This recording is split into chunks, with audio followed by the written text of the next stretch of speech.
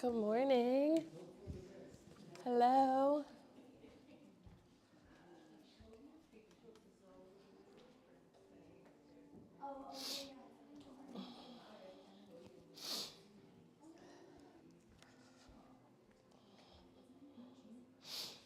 Okay, so if you're just coming in, it's a good idea to just have all the props, 2 blocks, blanket, bolster if you like, strap, massage balls if we get to that.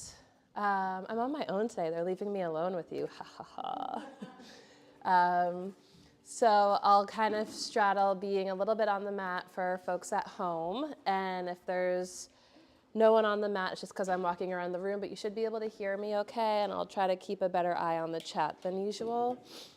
As folks are coming in, I'm just going to go over some announcements.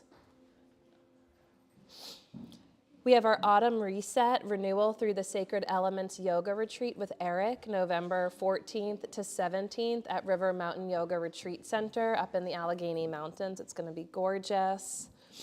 The Get Upside Down Arm Balances and Inversions workshop with Larry is on Friday, October 25th from 6:30 to 8:30. If you know Larry, then you know. If you don't know Larry, he is a genius technician when it comes to human movement. So if you feel like you've been struggling or just coming up on some blocks with arm balances and inversions, he'll help you break through. And there's a Tarot for Self-Discovery workshop with Eric Dupree on Sunday, October 27th from 12:30 to 3. In November, we have a mother story, exploring the darker side of motherhood with Dr. Claire Rogers. That's Sunday, November 3rd from 1 to 3. We have restorative yoga later the same day, Sunday, November 3rd from 6 to 7:15. We have a beginner series starting in November. We have a kids yoga fun night. Super excited to announce that we're bringing in a great teacher from New York City, Nikki Villela, and she's going to be collaborating with Alex Adair, who used to own Magu Yoga out in Mount Airy. They're collaborating for an Unlocking the Psoas workshop, a journey through breath, movement, and release. That's Saturday, November 9th from 1 to 3:30. That's the Saturday after the Tuesday that is election day. So this was very thoughtfully planned.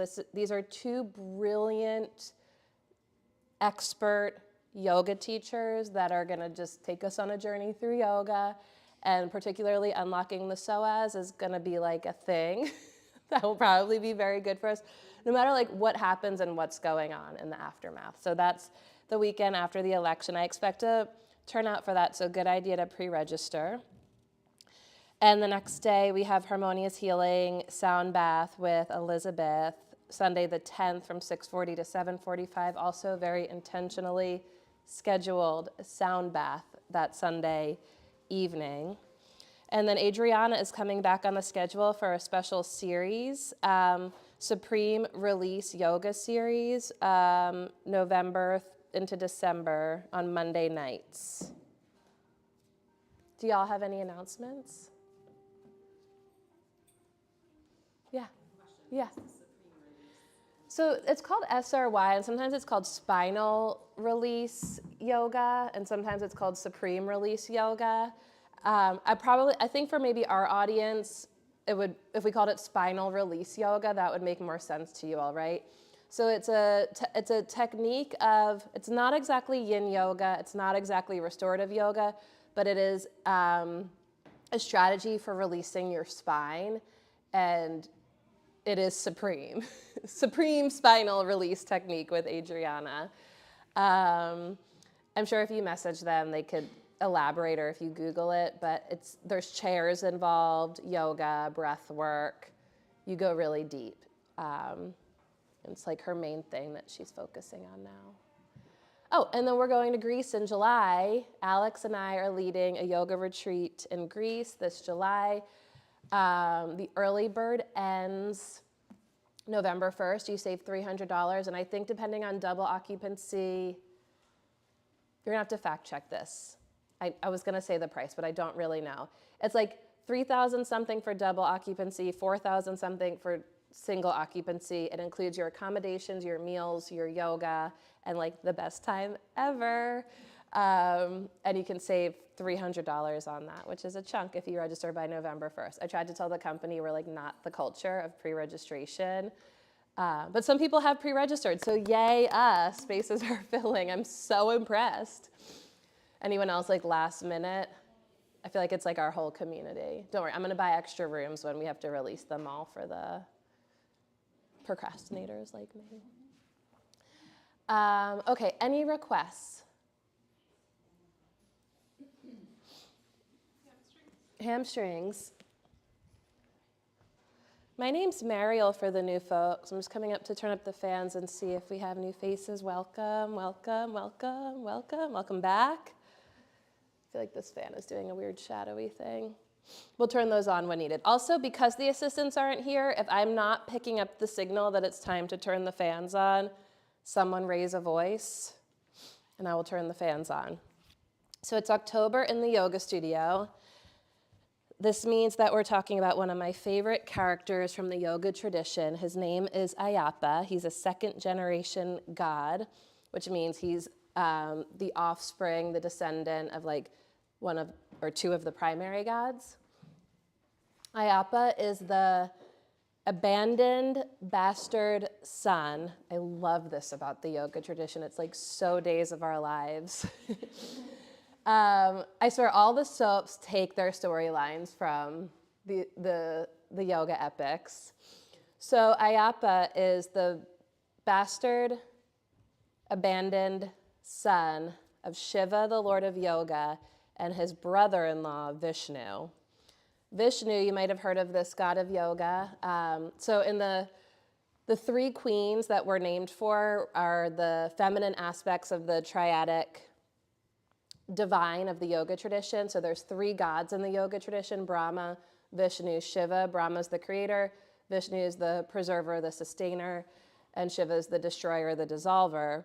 And they have feminine consorts, counterparts, the divine feminine, for which is the name Three Queens, that is meant to reflect to you aspects of yourself. So people are always like, are there three queens behind three queens? Like, every single one of us is all three queens, regardless of how you identify, gender, whatever. We are all the three aspects of divine masculine and the three aspects of the divine feminine.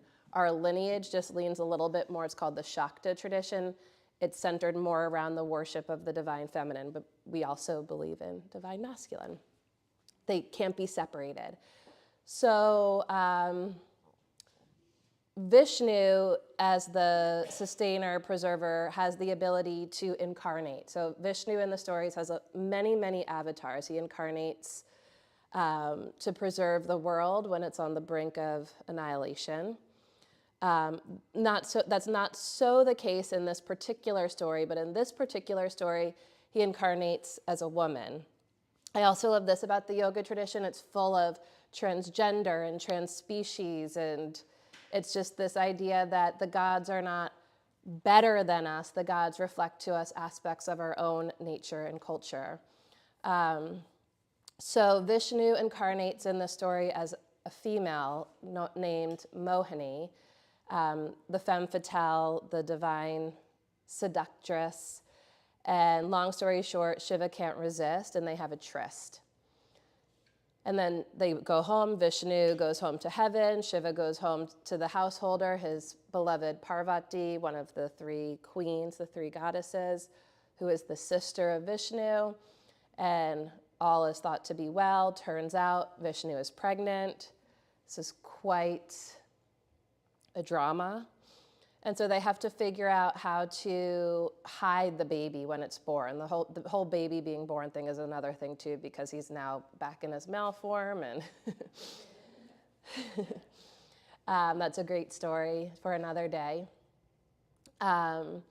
So they leave the baby in the Tilai forest, which is a forest of, the forest represents like the forest of feelings, the forest of the world, the idea that the world is a dangerous, toxic place. The Tilai trees, The tilai trees of the tilai forest are super toxic. To even breathe in the air will make your eyes burn in water. This is real true.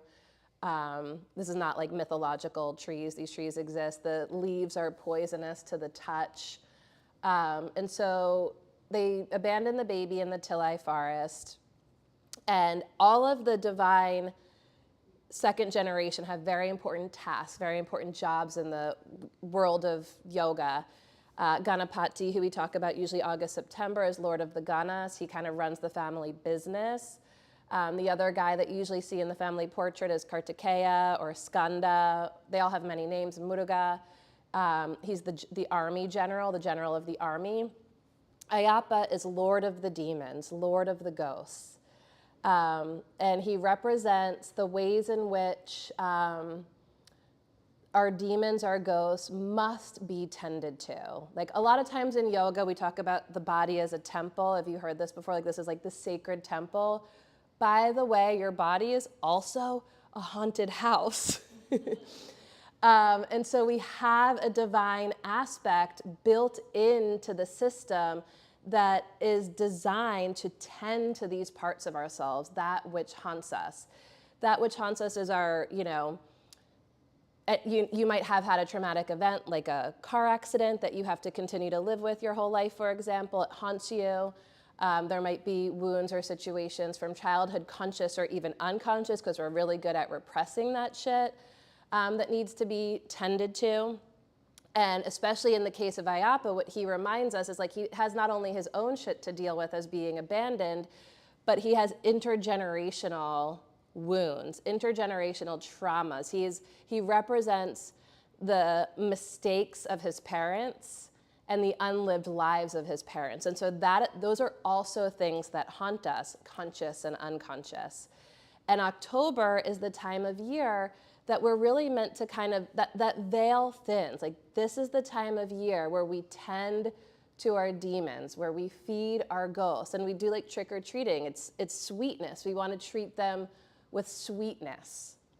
And I think that the yoga practice, especially like so much, it's meditation, it's breath work, and I personally have gotten so much from the physical practice of yoga as this tool for stirring the unconscious and the subconscious, because that's where a lot of this stuff lives. It doesn't, good for you all who have done the work, like there is a lot of it, I'm sure in this room, that you've brought to the light of consciousness and you tend to.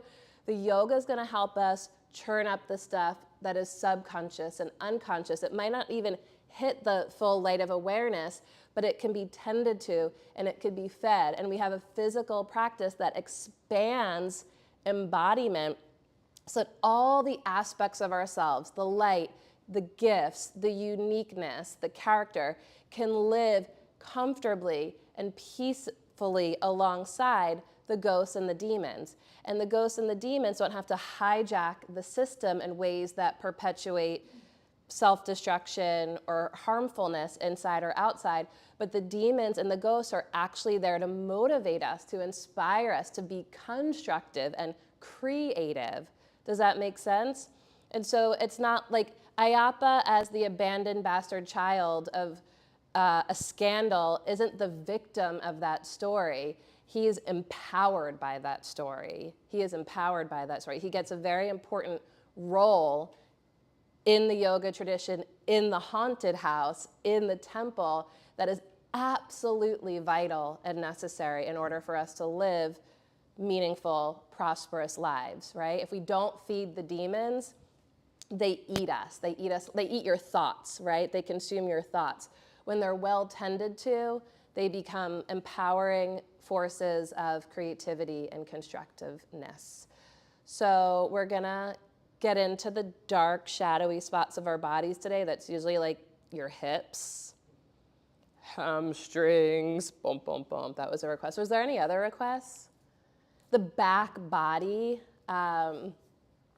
moving in ways that strategically invite us to see and move in darkness is going to be a little bit scary, but also really empowering. That's the hope. Okay, so for the new folks, my name is Mariel. I should have started with that. Everything I offer you is an invitation, not an obligation. Please feel free to take it or leave it. We only do this work in October with me, and then we get into decorating with lights and feasting and abundance. So we just kind of go to this dark space for a few weeks, and we're past the halfway mark. Schedule some extra therapy if it's been a while, and here we go. Lay down. You can turn your head to the back of the room. We're going to be working in the somatic realm, okay? So no need to overthink it. Come to lie down on your back. Feel the unconditional support of the lap of Mother Earth. I'm really losing my vision, but is that paradigm representing in the back? Hi, it's been a long time. How's I guess, is it still considered a new space? Awesome. It looks amazing. I got to pop in. It's great to see you. Okay, stretch your legs out long, reach your arms overhead, take a huge breath in and exhale through parted lips.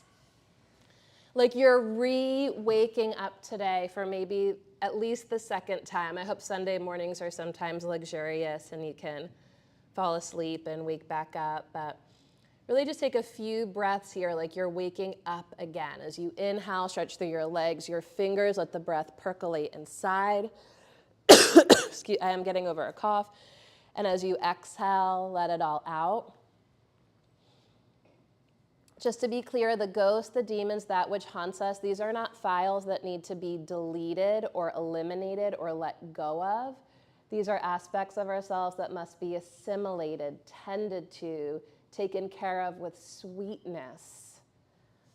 We take this time to align ourselves, engage ourselves, and stretch ourselves through aligned engagement so that all that we are can live in us, as us, through us, more fully and more freely, in order to embody and affirm and embrace ourselves more fully. On your exhale, hug your knees in towards your chest, wrap your arms around your legs, and really give yourself a deeply sweet, loving embrace. You can be still or rock from side to side. And as you wrap yourself around yourself, embrace all parts, the conscious, subconscious, unconscious, the light, the shadow, the you that you are, the you that you were, the you that you have always been. Embrace, affirm, be sweet, and the you that you've yet to become.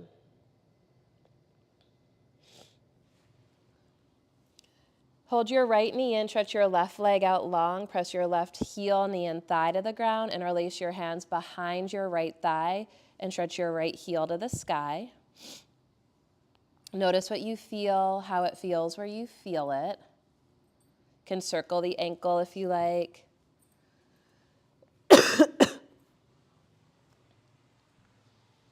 Bend the right knee in towards the chest. Thread the right arm inside your right leg, arm inside the leg, and hold the outer ankle or edge of the foot, like happy baby.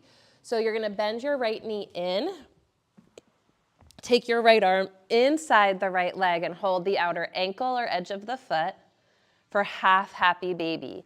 And as you press the left heel down, press the right knee down and breathe into what can't be seen but can be felt.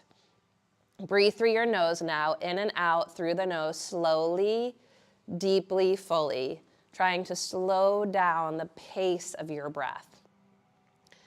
As you inhale, press the bottom heel, the left heel down. As you exhale, press the right knee down and push your foot into your hand if it's there. And right heel to right butt cheek, thread the right leg out long next to the left side. Feel the difference, if any, from side to side. Bend your left leg in. Right leg extends out long. Press the right heel, knee, and thigh to the ground. As you inhale, feel your belly expand. And as you exhale, feel your belly soften. That's called belly breathing or full yogic breath. Thread the left arm inside the left leg. Hold the outer ankle or edge of the foot for half happy baby. And as you press the right heel down, press the left knee down. You can feel like that's called a dynamic tension of opposites that expands the center. When you press the right heel down, the left knee should want to come up. And when you press the left knee down, the right leg and heel will want to come up. First, ground through your bottom leg, your right leg. Big breath in, belly expands. And as you exhale, belly softens. Draw the left knee towards the ground. Press the foot towards the sky. One more breath. And stretch your leg out long. Bend your legs. Take your arms out in cactus, palms up. Bend your legs, feet on the ground. Cross your right leg over your left leg. Excuse me. Scoot your hips over to the right edge of your mat. Take a deep cross so it's thigh to thigh. Your thighs touch. And then shift your hips to the right. Big breath in. And with your exhale, knees to the left. 3 of the slowest, deepest, fullest breaths here in the supine twist. Explore what you feel, how it feels, where you feel it. What lives where?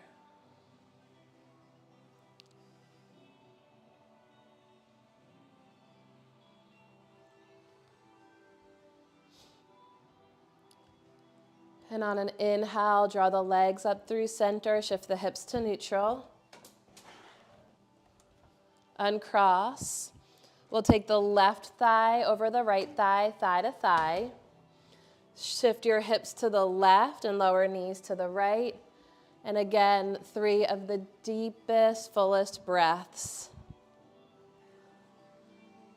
Again, notice what you feel, how it feels, where you feel it, what lives where. We're dialing the light of awareness into the sort of darker corners of the interior landscape, into the shadowy pockets. Tending sweetly to the parts of ourselves that are overlooked, subconscious, unconscious. They live in the body. Inhale to center when you're ready. Once again, stretch your legs out long. Reach the arms overhead. Deep breath in through the nose. Take it in deep. Let it sort of hit the pelvic floor and then rebound up to the crown and turn the breath into your heart. And the breath ignites the heart. As you exhale, let the light of the heart emanate from inside out in all directions.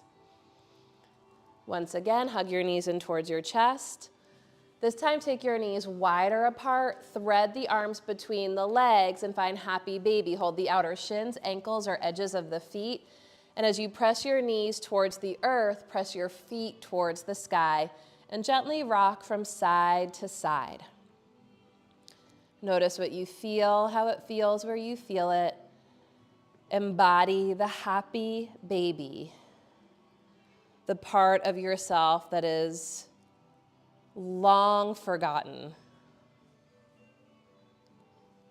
Let it move you rather than you move them. Just feel breath, body, earth. That simple.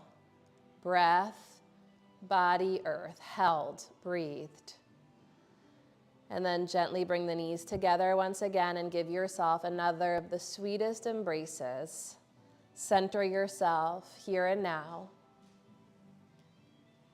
Now is the time. Breath to heart, heart to mind, mind to body, to feed sweetness to that which haunts. Roll to the right. Press through your hands, find your way into a tabletop position.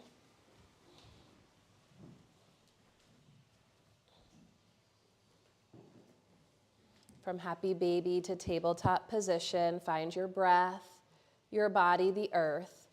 And as you exhale, round your back. Pause. Wait for the inhale. Inhale, start to arch the back.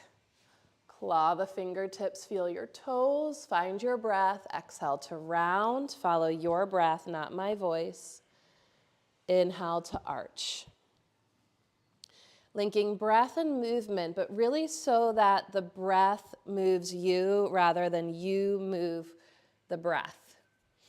Ride the breath. The breath is your vehicle. It gets you into and out of the tight corners, the dark corners. You can take an extra cycle of breath or two on either or both sides of that stretch. Again, notice what you feel, how it feels where you feel it. Let the light of awareness consciously touch those feelings in the soma, in the fabric of the body. When you're ready, bring the hands up to the top corners of the mat. Walk your knees back a little bit behind the hips. Big breath in, float your armpits towards your ears. And as you exhale, lift your knees and hips up and back to downward facing dog. Pedal your feet from side to side.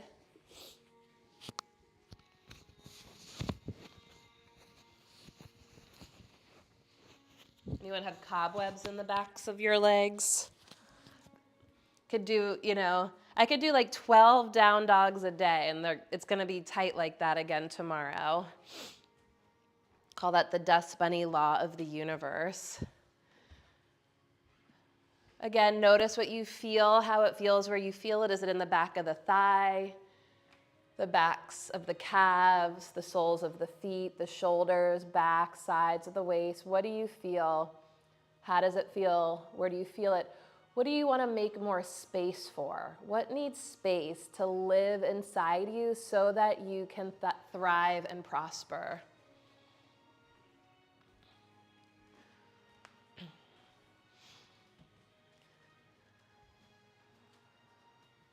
On your inhale, float your right leg to the sky.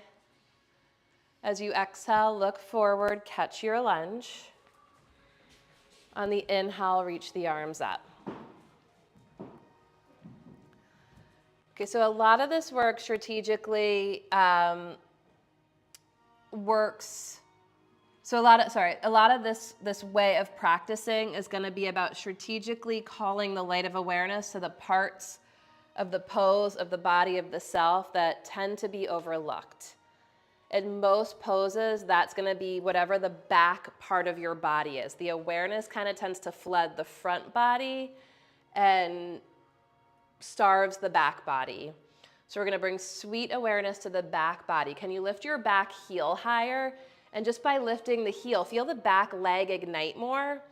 Lift the back heel. Now, can you stretch your thumbs up? Make your arms get straighter by reaching up through the thumbs. Yes. Lift the back heel. Widen the back heel a little more to the left. Press your back inner knee to the sky. Yes.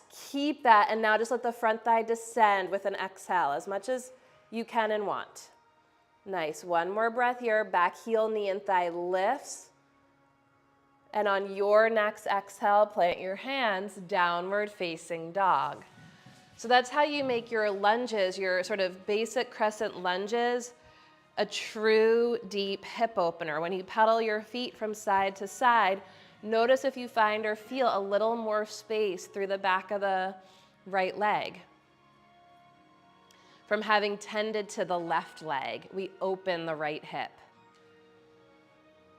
Whoa. On your inhale, float the left leg to the sky. Exhale, look forward, catch your lunge. Inhale to reach the arms up, follow your breath, not my voice. Feel both feet on the ground. And now call the light of awareness into the back leg. Lift your back heel higher, feel the back leg ignite. And with the back heel lifting, widen your inner back heel more to the right and press your inner back knee to the sky. Feel the back leg ignite even more. Keep that reach up through the thumbs. Feel your arms get straighter. Breathe through the nose. And keeping the back knee pressing up, let the front thigh descend. Be here for 1 or 2 more breaths. Awareness more into the back leg will open you more deeply. Plant the hands, downward facing dog. Find your breath. Inhale to plank. So plank chaturanga tends to be like a heavy transition. The way to make this and keep this light is to do the same thing we just did with the back leg and lunge, except in both legs now. Lift the heels, press the inner knees to the sky. Keep your thighs lifting as you look forward, bend your elbows halfway. Keep your thighs lifting. Good, all the way to your belly. And on your inhale, slide your heart forward and up. Let the breath carry the heart center forward and up. Claw your fingertips towards your feet and flick your toenails down. Stay here, slide the palate back, pull the hands back, stretch the legs back, like you're digging toenails into dirt. One more breath, lift the heart one more inch. And as you exhale, we'll meet back in downward dog.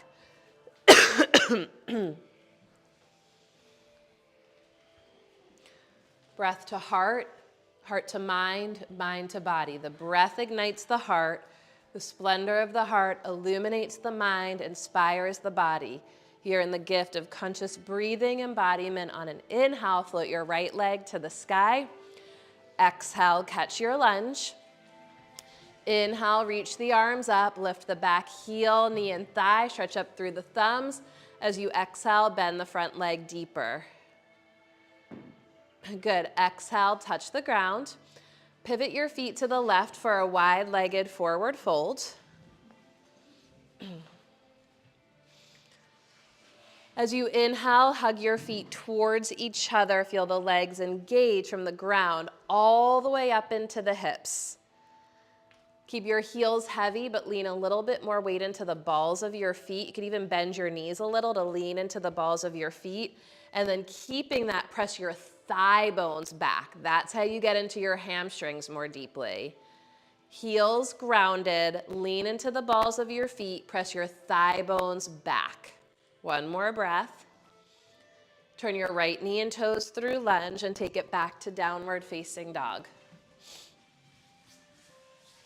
Breathe, feel, notice, particularly notice if there's any newfound space. Let the breath flood these areas sweetly, like nourishing, dry ground. On your inhale, float your left leg to the sky. As you exhale, catch your lunge. Follow your breath. Inhale for crescent. Press the back heel, knee, and thigh up to the sky. Yes, ignite. Reach up through the thumbs. And as the back knee presses up and the thumbs reach up, let the front thigh descend. Gorgeous. Place the hands inside your front foot. Pivot your feet to the right for the wide-legged forward fold. Fingertips to the floor or blocks here. And this time just alternate sort of bending the right leg to stretch through the inner left thigh. Notice what you feel, how it feels where you feel it. Breathe into that spot. Push through the right leg, bend through the left leg. Think pubic bone back, tailbone down. Breathe into what can't be seen but can be felt. Push through the left leg, bend into the right. Can maybe turn the right toes out a little, bend a little deeper. A little reminiscent of Skandasana, but not quite the full pose, named for one of Ayappa's nurtured brothers. Toes in, turn the left toes out a little bit. Feel that? We getting in there? Okay, come back through center. Bring your hands to your outer shins. Hug your outer shins in. Pull your calves forward and up. Hug your shins together. And as you pull your calves forward, press your thigh bones back to bend deeper. Turn the left knee and toes through lunge. Take it back to downward facing dog. Find your breath. Ride your breath. Your breath is your vehicle. Inhale for plank. Keep the knees and thighs lifted as you lower. Exhale, chaturanga. Inhale for cobra. Flick the toenails down. Exhale for downward facing dog.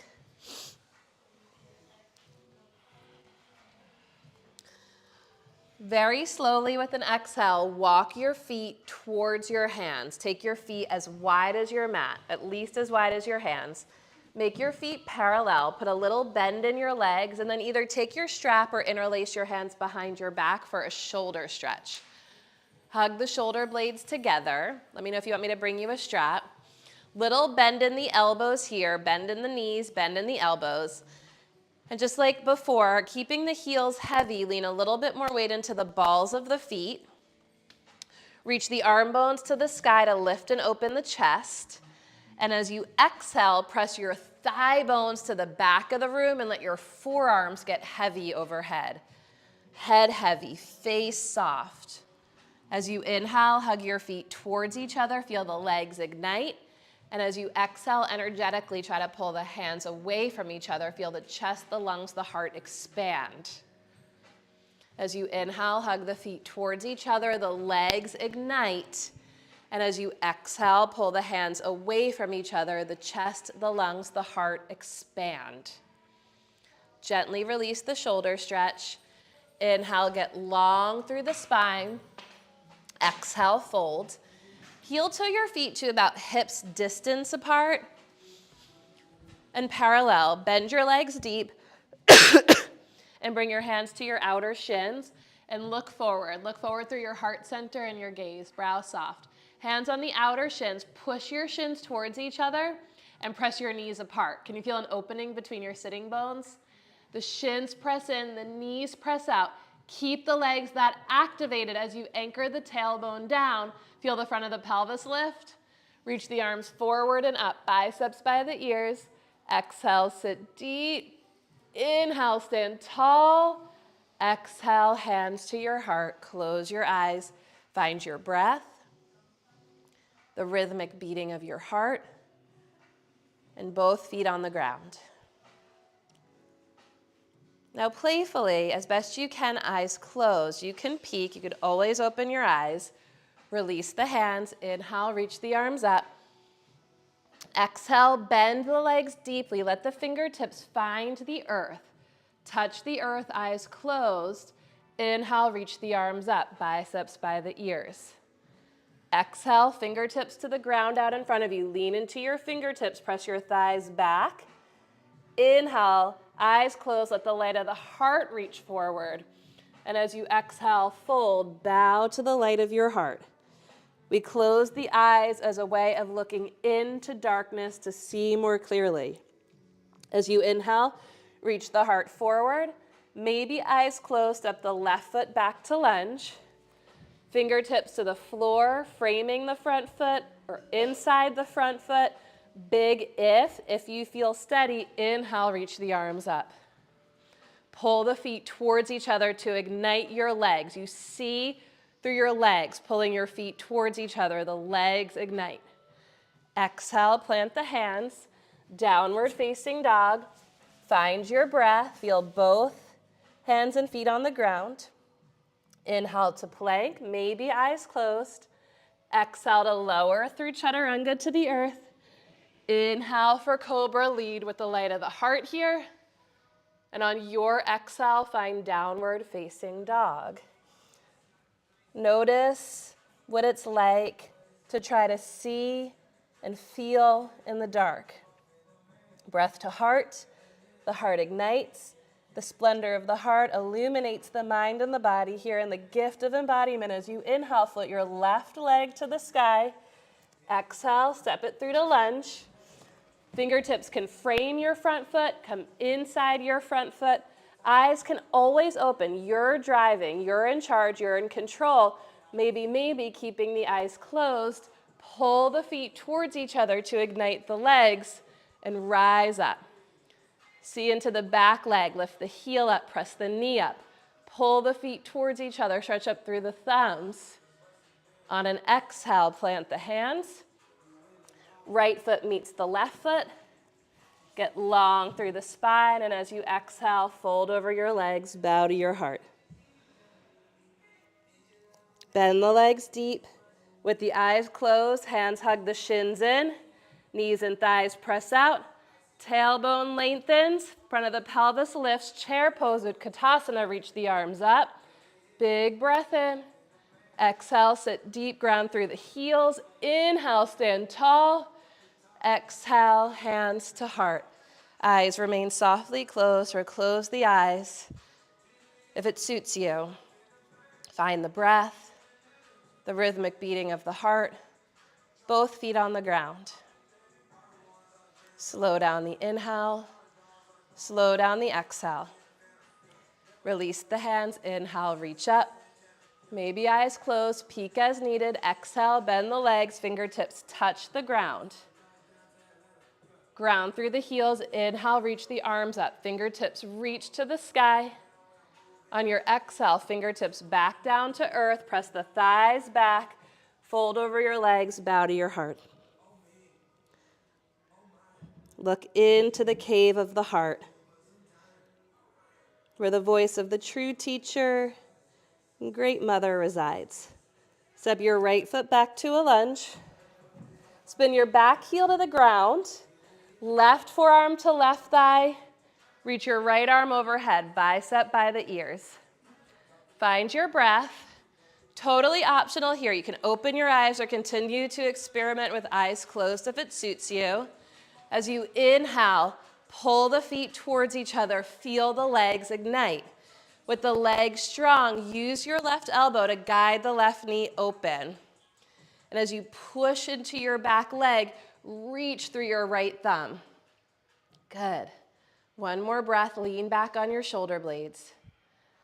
And on the exhale, pass through lunge, downward facing dog. You can stay here or let your breath carry you through the vinyasa. Inhale for plank. Exhale, chaturanga.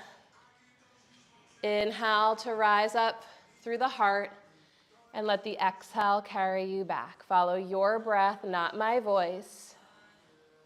Notice what it feels like to try to see in the dark.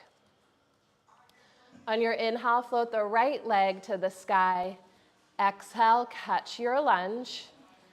Back heel to the ground, climb right forearm to right thigh, and reach your left arm overhead, bicep by the ear like downward dog.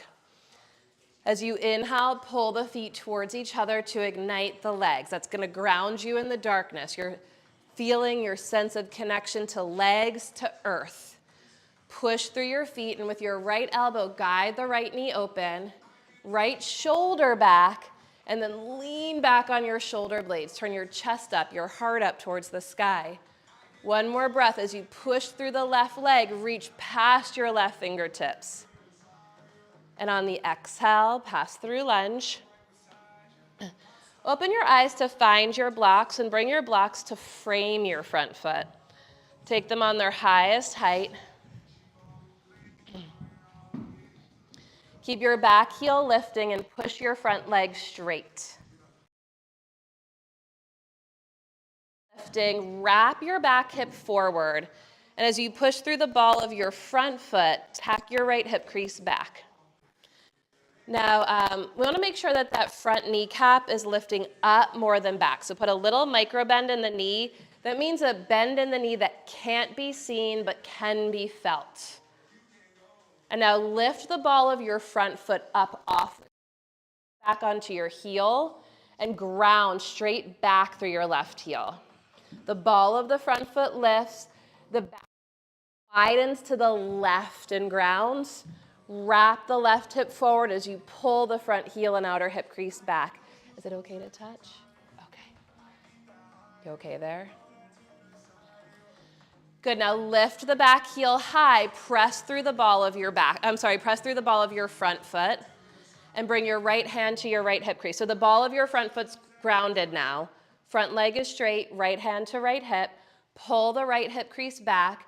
Lift the right armpit up away from the right hip and take the right shoulder up and back, sort of twist from left to right. Totally optional, right arm to the sky. The key here is to push through the inner edge of your front foot and pull that front hip crease back. Are we all in there? It's like the back of the fridge. Bend the front leg, inhale to untwist.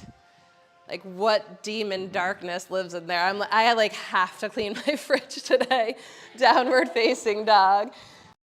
Like occasionally you open it and you go, something smells. Something's haunting my fridge.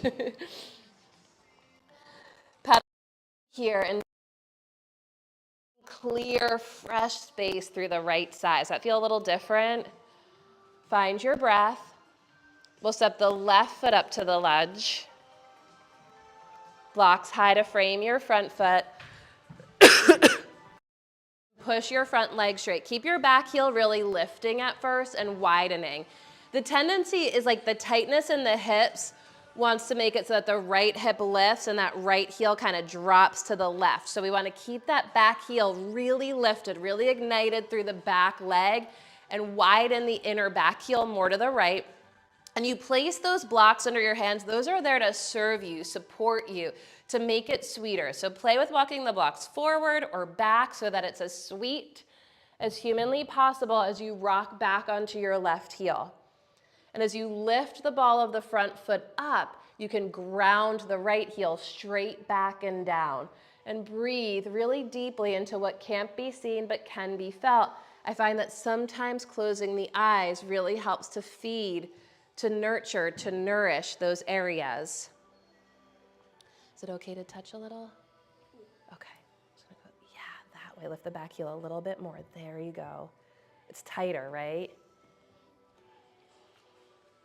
You can push into me there. Yeah, I'm just lifting the floor up to you. Right hip forward more. It's kind of a game changer. Right heel more to the right. Yes. And now lift the right heel, ground through the ball of the left foot. Climb your left hand onto your left hip. And the key here is to get like heavier on the inner edge of your front foot than the outer edge. And with your left hand right in your left hip crease, pull the left hip crease back as you glue the inner edge of the left foot down. And then left shoulder up and back, totally optional. Left arm to the sky. That's not required. Breathe into what can't be seen but can be felt. Lift the back heel, knee, and thigh higher. Press the inner edge of your front foot down. Pull that front hip crease back. Big breath in. Exhale, lean back. Sorry, yeah, and then inhale to untwist. Pass through your lunge. Downward facing dog. It's my spooky October playlist from last year. Should be working on a new one. Maybe eyes soften, close perhaps. Inhale to plank. Let the breath guide you, carry you in and through the darkness. Exhale to lower. Flick the toenails down, claw the fingertips. Inhale carries the heart forward and up. Slide the palate back like there's a headrest behind you that you're pushing your head back into. Feel the upper back ignite, the back of the heart. Exhale for downward dog.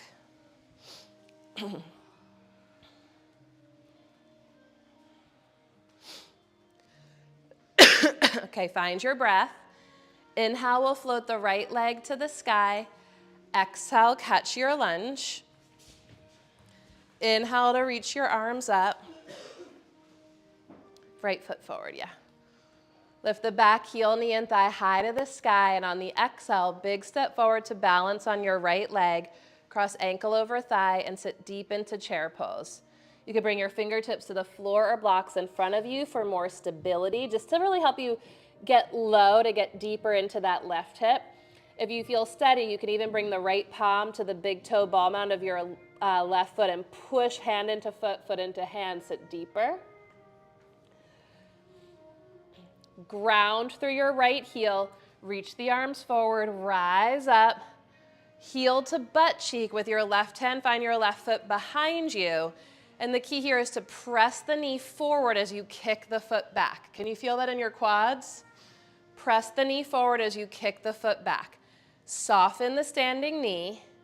Lift the left shoulder, find your breath, press the knee forward, kick the foot back, hinge halfway. Extend the leg long. Reach it back, slow motion. How far can you step back, land? Fingertips inside your front leg. We're gonna lower the back knee down. You could pad with your blanket as needed here. And then walk, walk your hands a little to the left. Bend the back leg, and with your left hand, find your left foot. If you feel steady, come more upright. Right hand to thigh. Ignite your back foot. Spread your toes like rays of light behind you. And as you spread your back toes, pull the back knee forward and feel the inner body get lighter by activating the back leg. What can't be seen but can be felt can empower you, uplift you.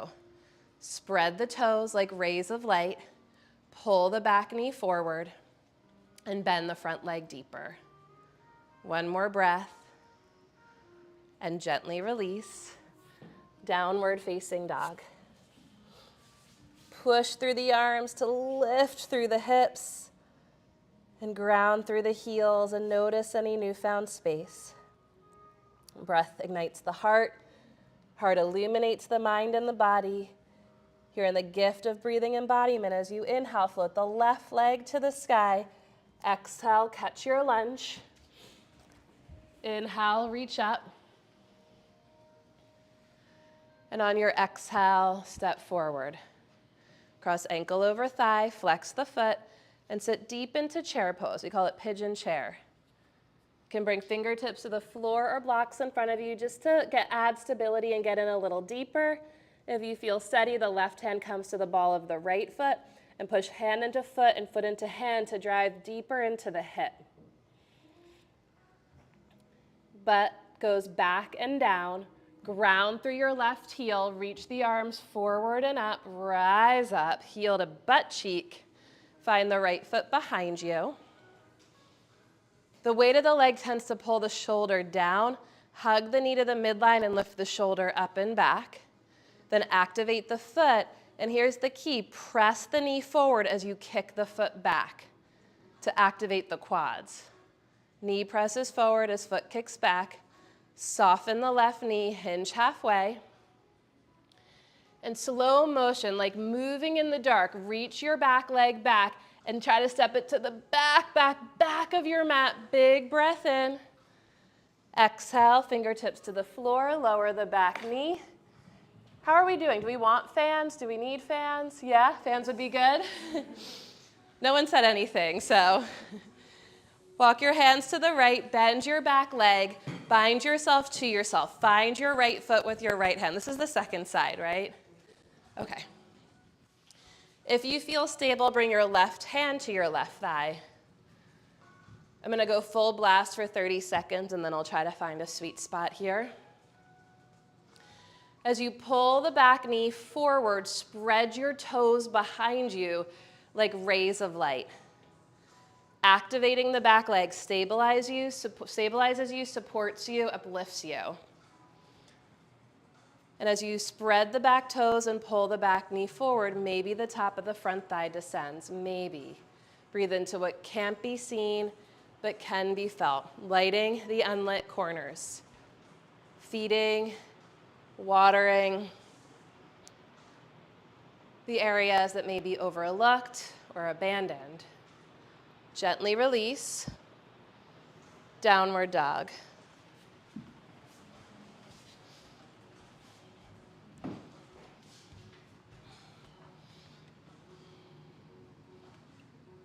Okay. Walk your feet towards your hands and your hands towards your feet and meet yourself in the middle. Fold over your legs and bow to your heart. And just notice the tendency here, without any kind of judgment, just sweet, curious observation. When you fold over your legs and bow to your heart, to yourself, do your eyes naturally open or close? Let the jaw slacken, let the head be heavy.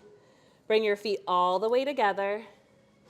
And we're gonna bend the knees and thread the knees between the hands. Let the heels rise up. Hands can be to blocks. If you feel steady, bring the hands to heart center. Lift the heels.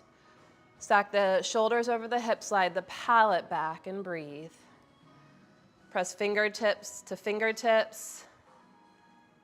Zip lock the legs together. Fingertips to the floor or blocks.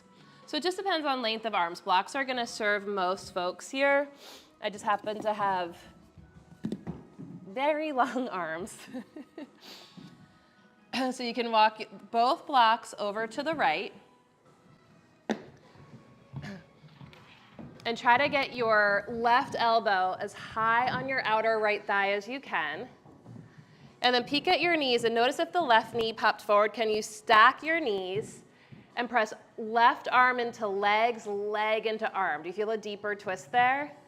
Big breath in. As you exhale, press elbow into legs, legs into arm. You feel that? Breathe into the back and sides of your waist more. The word for twist in Sanskrit is parivrita. It comes from a similar root as the word perverted. And it's the idea that we twist the body to untwist the mind. We'll walk the blocks over to the left. I'm going to flip it so I can face you. Blocks can be high, medium, or low. The back knee is going to want to pop forward. So snap the knees together. And then try to get the right elbow as high on the outer left thigh as you can. Big breath in to the sides and back of the waist. And as you exhale, navel to spine. Press arm into legs, legs into arm. Can you feel that? Press arm into leg, legs into arm.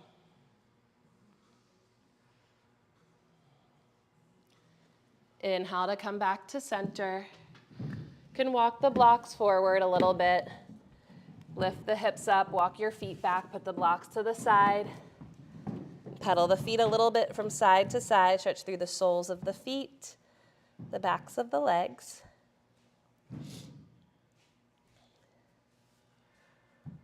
Push through the arms to lift through the hips and ground through the heels. One more breath. Breath to heart, heart to mind, mind to body. Okay, and walk the feet forward and walk the hands back. You can bring your hands onto your blocks, bring your legs together, lift the heels up, lower the knees. So if prenatal, we want to avoid the deep belly twisting. I don't know that anyone is pregnant in here, but just in case folks at home. And so rather than the deep twisting, you might just go for more of a side body stretch here. If you want to work on the balancing. This is available for anyone. Like, you don't have to be pregnant to make this choice. I just want to be clear that if there's a bun in the oven, we're not taking deep closed belly twists. For everyone else, we're going to walk both blocks over to the right again. Try to get your left elbow to the middle of the right thigh. And then take your left hand a little wider so the blocks are about shoulder width apart. And you're going to lean your heart forward to the space between the blocks. Lift the hips, flex the feet, spread the toes like rays of light to come into the twisted crow pose. Flex the feet. It's spreading the toes like rays of light that's going to uplift you. This is so counterintuitive. We're going to break it down in a minute, I promise. So to make sure we get good and confused first. Then I'll show you the light. And then come back to center. Walk your blocks over to the left. And we'll hook the right elbow to the middle of the outer left thigh. Take your right hand, your right block a little wider. And then you're going to guide the heart center, the base of your heart bone, toward the space between the blocks so that the hips lift. And then you got to flex the feet, spread the toes. And it's the ignition of the feet, the igniting of the toes, that will uplift you. And rest. Questions, comments, concerns, conundrums?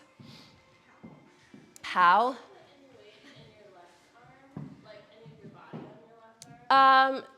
Yes and no. So it's a legal cheat. Okay, it's a great question. So the question was like, can you use that outer elbow to support any of your body weight? It's dicey. If you're using the elbow to support your body weight, the shoulder is probably down and forward, and that's potentially harmful, injurious on the shoulder. As long as there's no known history of shoulder injury, I call it a legal cheat because it's going to help you distribute your weight more evenly, give you more foundation, and that inspires comfort. A feeling of safety when it's scary is comfort, right? When you feel comfortable, you're a little bit more at ease when it's scary. And then comfort inspires confidence, and confidence inspires courage. And what we need a lot of when we want to tend to the demons and the ghosts is courage. And it's and like I just want to emphasize, this is for the new folks, is like a soapbox moment, these are called. Like the better we are at recognizing and nurturing these aspects within ourselves, like not trying to overlook or deny or reject these aspects of ourselves, the better we're going to be at engaging them in our lives. And like some people are so unconsciously activated, like maybe at work, maybe at Thanksgiving, maybe like at the grocery store or the post office, maybe in the day or week or weeks after the election. And we have to be able to remember that we're part of a collective. We can't deny or reject the demons inside or outside. Like we have to collaborate. The problem with the demons in the stories is that they don't make reliable collaborations. So in the yoga stories, and there's tons of stories, and we try to tell them at different times of years. Like sometimes we just did Navratri. The demons in those stories are nihilists. Like those are the really bad guys in the Durga stories. Those demons are evil demons. Not all demons are evil. The demons, this is so important for you to like know, and also just to be sweet to your own demons. The demons in the stories are the characters that are in the pursuit of their own self-interest.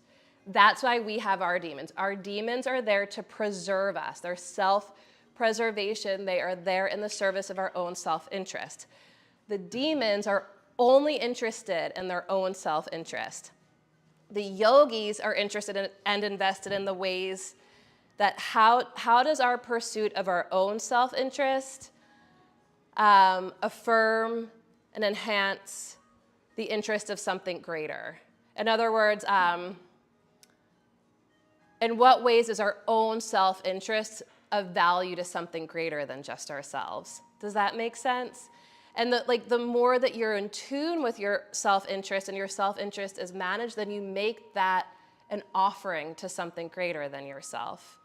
And that's the difference between like success and greatness. The demons in the stories are very powerful because they're so successful at pursuing their own self-interest. I mean, there's so many characters in our world politic now that convey this, but like Trump is just such like a textbook yoga demon case. Like became so powerful and empowered by the pursuit of his own self-interest that like yogis thought that like he was going to be gone in October of 2015 when he said something about grabbing a girl by the pussy. Like we were like, you're done. Like he's immune, he is exempt because his self-interest is so powerful. Does that make sense? So, and we have to live with characters like that, or the ones that are like more benign. They're just in service of their own self-interest, and they don't care if it's of value to anyone or anything else. So just to have that distinction, like the thing that distinguishes the yogi or the practitioner of yoga is like, yes, we are in pursuit of our own interests. Like we have to be successful. We have to like pay our bills and meet our marks and make the cut, as it were. But then it's like, and how do we make that an offering to something greater? So back to programming it into the fabric of our body. When we are twisted and tilting our face towards the ground, your inner sweet, sweet, sweet demons in service of your self-preservation are going like, fear, fear, fear, face plant, don't want to break your face, don't want to break your neck, bills to pay, shit to do, don't want to have broken nose or broken neck. That is sweet. That is not a problem. That is not a fear that needs to be rejected, denied, ignored. Like that's a good inner voice, right? And then you could go, yes, oh my God, you're so right. Let's put a bolster or a blanket here. So God forbid I face plant, nothing too terrible is gonna happen. Like, thank you, inner haunts. And then the wise yoga practitioner in you goes, the point of this practice is redirecting the light of awareness into where it's overlooked. All the light of awareness wants to go to the front body here to control what's happening up here, I gotta drive the awareness to the pinky toes. Like that's how nuanced. So I wanna turn it around just to like really pay attention to the feet here. I'm not gonna use the blocks just because maybe I'll use the blocks just to be demonstrative. I don't like these ones on this mat. I have long arms, so it's gonna look a little off, but just in case you wanna use the blocks, I'll show. So the heels lift, the knees stack, and I'm gonna take the hands outside the leg, and I'll show the right way first, and then I'll show it the legal cheat. Just move it forward a little bit. So I have an elbow on the middle outer thigh, and then I gotta hinge forward to lift the hips. The face does have to go down. You gotta tell that voice. This is like playing seesaw. If my ass, legs, and feet are going up, the face has to go down. If the face stays up, the ass stays down. If the face goes down, the ass comes up, okay? And then the feet. I'm bringing all the light awareness to my top foot, flex the foot, spread the toes, bottom foot, flex the foot, spread the toes, flex the feet, spread the toes, flex the feet, spread the toes, flex the feet, spread the toes. It was my awareness in my feet that uplifted me. That is not gonna be an easy overnight neuro pathway to create, but you can light that path. That is a neuro pathway that exists. You are enlightening it through this effort. And then if you want a little bit more stability, you go elbow outside knee, elbow outside hip. So you make like a little shelf, and then you lift the hips, flex the feet, spread the toes, flex the feet, spread the toes, and now I have a shelf. Can you see that? I have a hip on an elbow and a thigh on an elbow, and it's a little more stable, but not if there's a shoulder injury. Just stay more in the twist. You don't have to go weight bearing. Look for your feet. With your eyes open, that might not be easy. As fucked up as it sounds, it might be easier to find your feet if you close your eyes. It's not gonna work for everyone, but just a tip. I'll talk you through it. Blanket or bolster for the real possibility that you may face plant, and that's allowed. You wanna use blocks? What? Can we do it without blocks? Definitely you could do it without blocks. Yeah, long arms, no blocks. Okay, and you can set up your face plant. And let's just come to knees facing front of the room, heels lifted. We'll take both hands or blocks outside the right leg. Maybe, am I saying that right? Left elbow to right knee, right elbow to right hip, or you could take it into a deeper twist and free up that shoulder.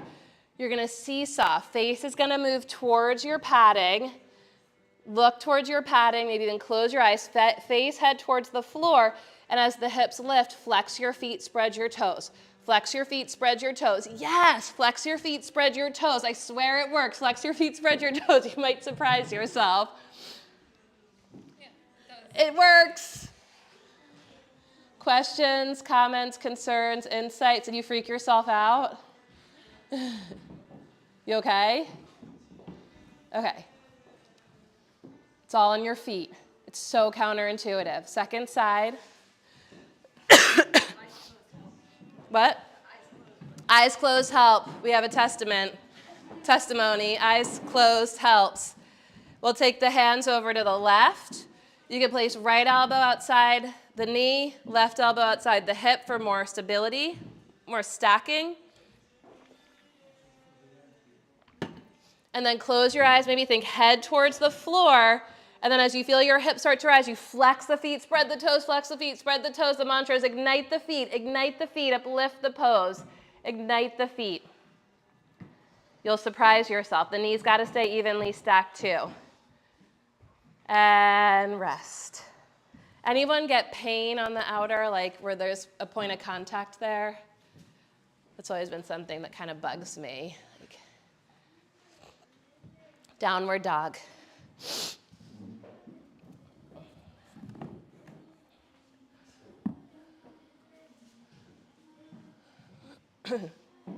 Breath to heart, heart to mind, mind to body. Pedal your feet. And then the interesting thing is, like, when it gets a little scary, like our yoga practice is really just meant to like mirror and metaphor what we face in our lives. A pose like that is kind of scary. It's kind of agitating or triggering. Do you feel, again, any tightness in the legs that we worked so hard to remove? That like when a fight or flight response gets triggered, it activates the backs of the legs for that like fight, flight, or freeze thing. And just notice if that's present. Deep breath in to plank. Exhale to lower. Inhale for cobra, cobra dog, or up dog. Give yourself an extra breath in here. Flick the toenails down, claw the fingertips, maybe close the eyes. And on your next exhale, we'll meet in downward dog.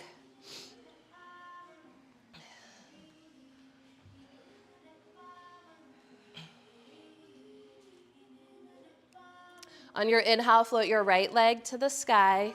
Exhale, catch your lunge. Lower the back knee down. You can pad if you like and bring both blocks inside your front leg. Take your blocks high.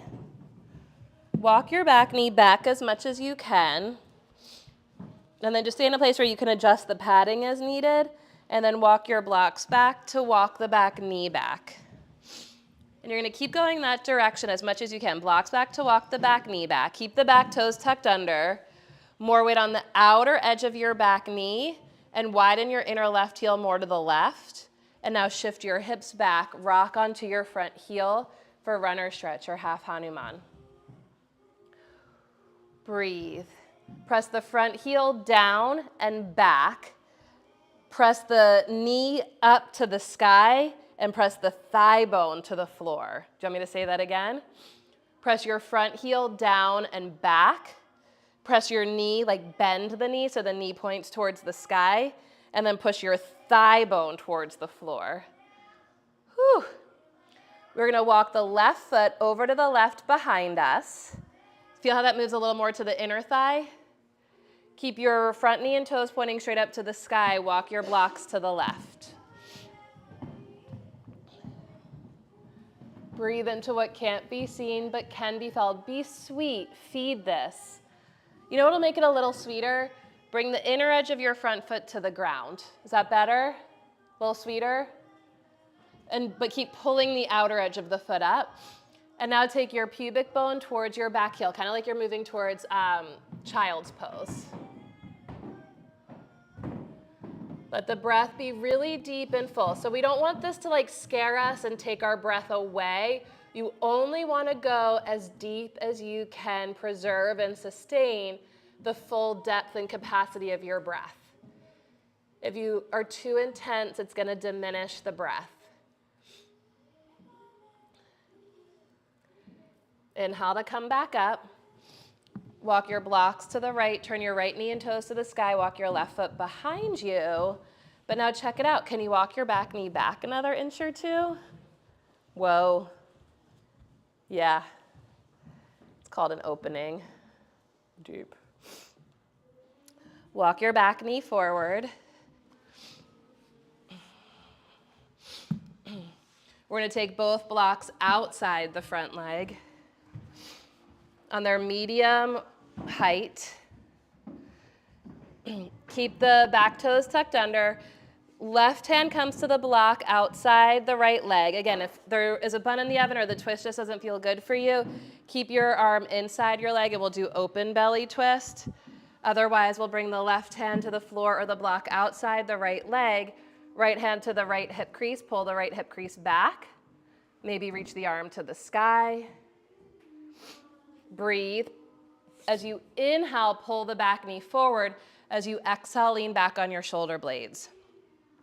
Now, what I'm about to say is not for everyone. This is a big if. Big if. If you can take your left palm flat to the ground or on a low block, you're going to line. and tip your pose over to bend the elbows, lift the back knee, and come into Ekapada Kundanyasana 1. Totally optional. Walk your back knee to the right. Tip, you gotta tip over the right, like you're falling to the right. And then flex the feet to lift the feet. Flex the feet to lift the feet. It's again, bend the elbows, flex the feet. Downward facing dog. The point is the twist. It doesn't have to be the arm balance. We often think that the arm balances come from strength in the upper arms. That is not the case. The arm balances come from opening your hips.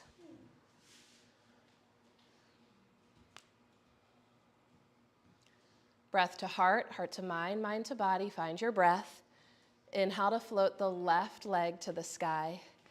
Exhale, catch your lunge. Bring your blocks high inside your front leg. And then walk your blocks back to walk your back knee back. Knee walks back, blocks walk back. Walk it back. Right at your edge, shift your hips back. Notice if there's a difference from side to side. This side's like 1,000 times tighter for me. Maybe this side is 1,000 times more open for you. Blocks back to walk the front foot back. To walk the back knee back. And then right at your edge, you push the front heel down and back. Lift the front knee up so it bends, and then push the thigh bone down. Now you're right in the belly of your hamstrings.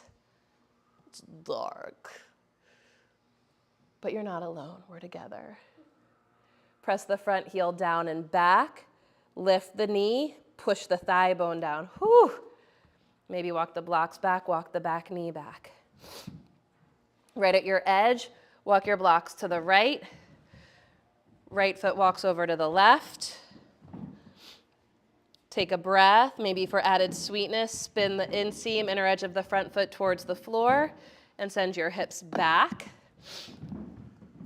Just place your blocks where they feel supportive, where they add sweetness. Breathe into what can't be seen but can be felt.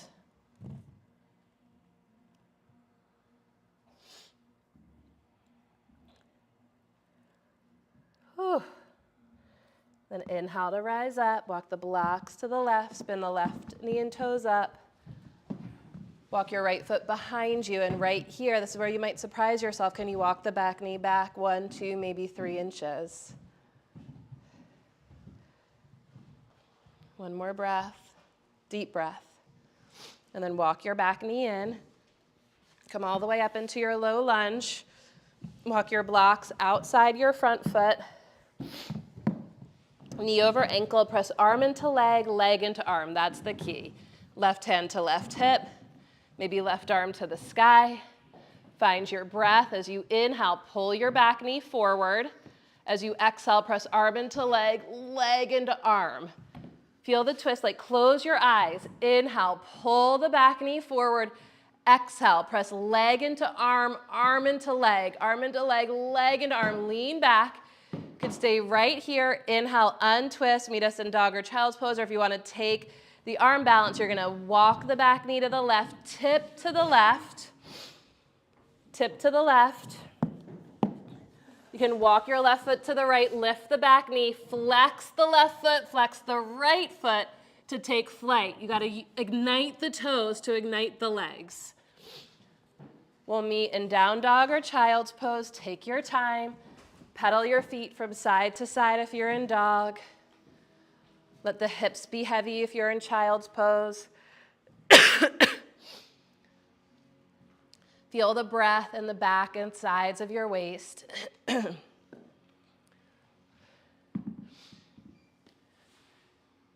Allow there to be a moment of conscious observation. Do the eyes naturally close or open here?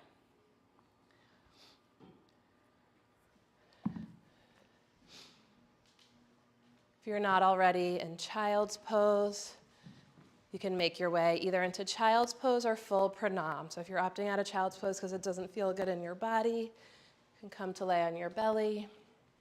If you're pregnant and laying on your belly is not in the cards, you can just lay on one side. Wherever you are, however you choose to be, look for the breath. Feel the ground.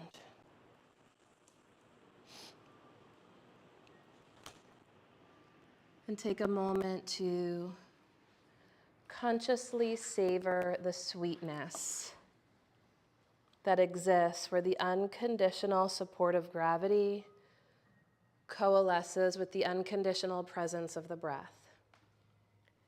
And exactly where these two great energies join and the union of gravity and breath is exactly how and where we find ourselves. This sacred temple, this haunted house, a treasure trove of character, brilliance, creativity, purpose, passion, desire, knowledge,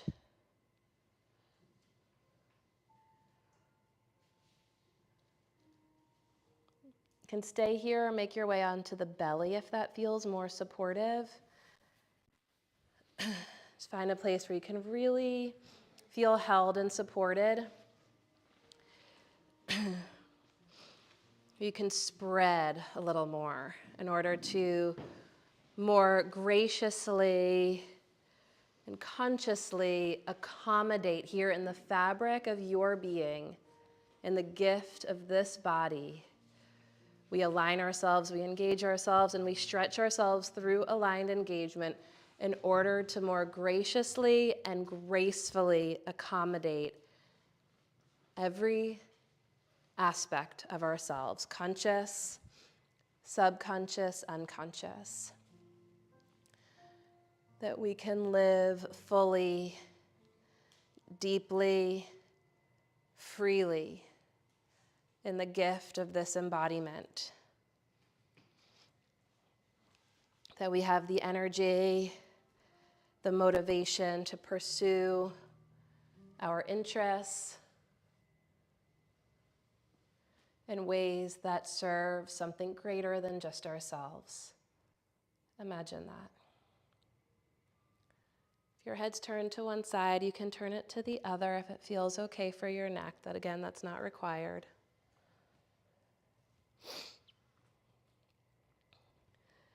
And in this moment, if there's anything in particular that needs to be fed, a little sweetness, needs a little nurturing, a soft, loving whisper, give this to that aspect of yourself here and now. Sometimes in October, in particular this year, especially, a lot of the unprocessed stuff could be activated by the season. If there's anything that you're conscious of that has been activated, give it love, give it sweetness, give it the very best of yourself. And as you're ready, gently roll onto your back, hug your knees in towards your chest, wrap your arms around your legs, and yet again, give yourself the sweetest, most loving embrace. This is a moment to consciously embrace and affirm all aspects of yourself, the you that you are, the you that you were, at your best, and at your not so best. We all have those aspects. This is the moment we take collectively to embrace our highs and our lows, our light and our shadow, the you that we've always been through it all, and the you that you are becoming. And as you wrap yourself around yourself and gently rock from side to side, you might see if there's any final poses, movements, adjustments you need or want to make. Sometimes I like to just compare and see the progress of the practice. You can kind of hug the right leg in, stretch the left leg out. Does that feel different from the beginning of the class? Maybe take half happy baby on the right side. Is there any more space in there or freedom? And then stretch the right leg out long, hug the left leg in. This is all optional. Notice if you feel more grounded, more spacious, if the breath is deeper and freer, just naturally.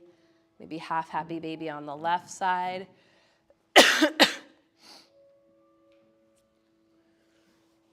Maybe full happy baby, a supine twist if you want a little more of that. And then adding or removing layers, adding or removing props as you're ready in order to prepare yourself for a final relaxation. You can let your hair down. Invitation to put glasses safely off to the side. Invitation, of course, never an obligation. Invitation to close your eyes. Again, that gesture of turning into darkness in order to see yourself more clearly. Feel the unconditional support of the earth beneath you. Notice the unconditional presence of the breath.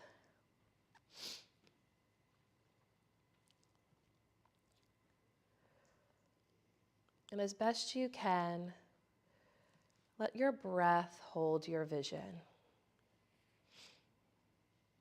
Over and over again, let the currents of your inhale take you inward. And the currents of the exhale expand your awareness outward. Every inhale returning you to the expansive depth of the interior landscape, checking in, touching in. Igniting the heart in every exhale, tracing the light of your heart as it emanates from inside out in all directions. The inhale is deep and full and ignites the heart. And the splendor of the heart radiates from inside out on the currents of your exhale, far and wide.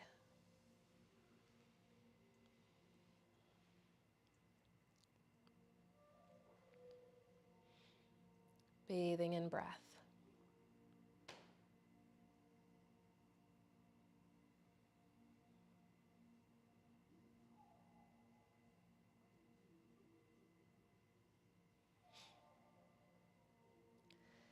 And if and as thoughts arise, as is the nature of the mind, no need to ignore, deny, reject your thoughts. You can, of course, always just put them aside and come back to your breath. Or notice the content of your thoughts. Are your thoughts feeding your mind or eating your mind? And then we tend to the thoughts accordingly.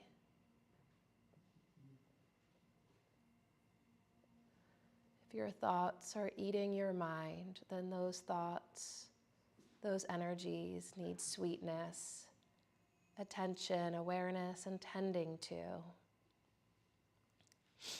Just be self-aware without judgment.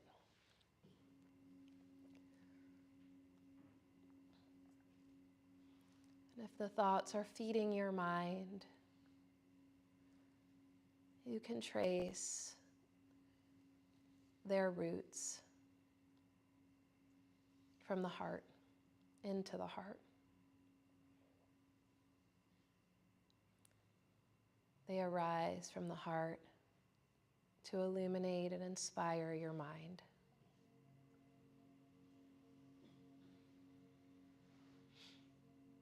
And when you trace them to their source origin, you're led into the deep cave of the heart.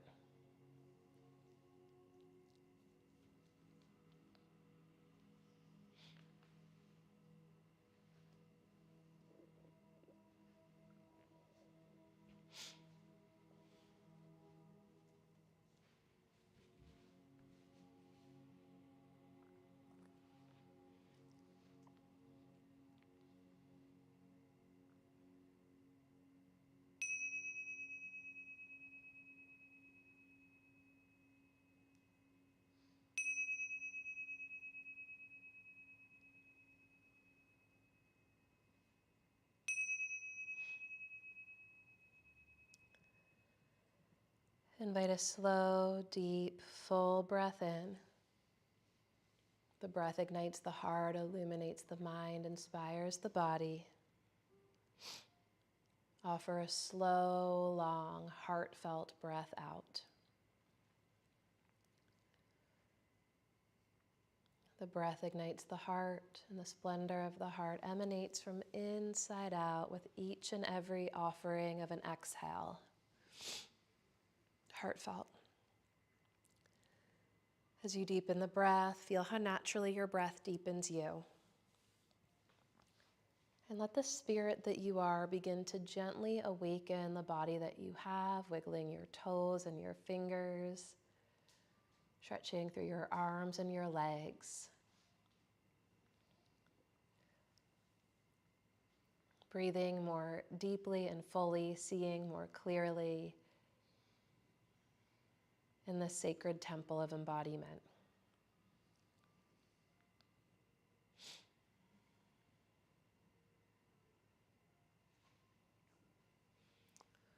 It's a final moment to give love, sweetness, nurturing to that which haunts you. To accept and more deeply and fully embody these aspects of yourself. You are who you are. So beautiful, deep, meaningful. And when you're ready, you can bend your legs and feel both feet on the ground and just take a moment to call yourself, all parts together and down to earth. A moment to call yourself down to earth and back to reality. A moment to visualize the ways in which you stretch your practice of yoga into all the activities of your daily life. In so doing, bringing yourself more fully, lovingly, auspiciously to those in the world around you. Imagine that. When you're ready, gently roll to one side. Press through strong arms to find your way into a comfortable seated posture. With the eyes closed, we'll bring the hands together before the heart in Anjali Mudra, a gesture of sincere self-reverence and courageous self-offering, a gesture that recognizes and honors the splendor of the heart, its light and its shadow, and a gesture that places this aspect of ourselves before us as a guide, as a creative and constructive offering in all we do. In so doing, bringing more beauty and goodness to those in the world around us. As you bow to your heart, with all my heart, I bow to every one of you. Thank you so much for your practice, for your presence, and for all that you are and all that you do every single day of this life. Om Shanti. Thanks, everyone. Thanks for being here, doing this, being together. Hopefully I can Om again next week. Or we'll have assistants here to guide us. Know your voting plan. Home stretch. Do your yoga, do your breathing, do your meditation and therapy, and we're going to get by and get through together.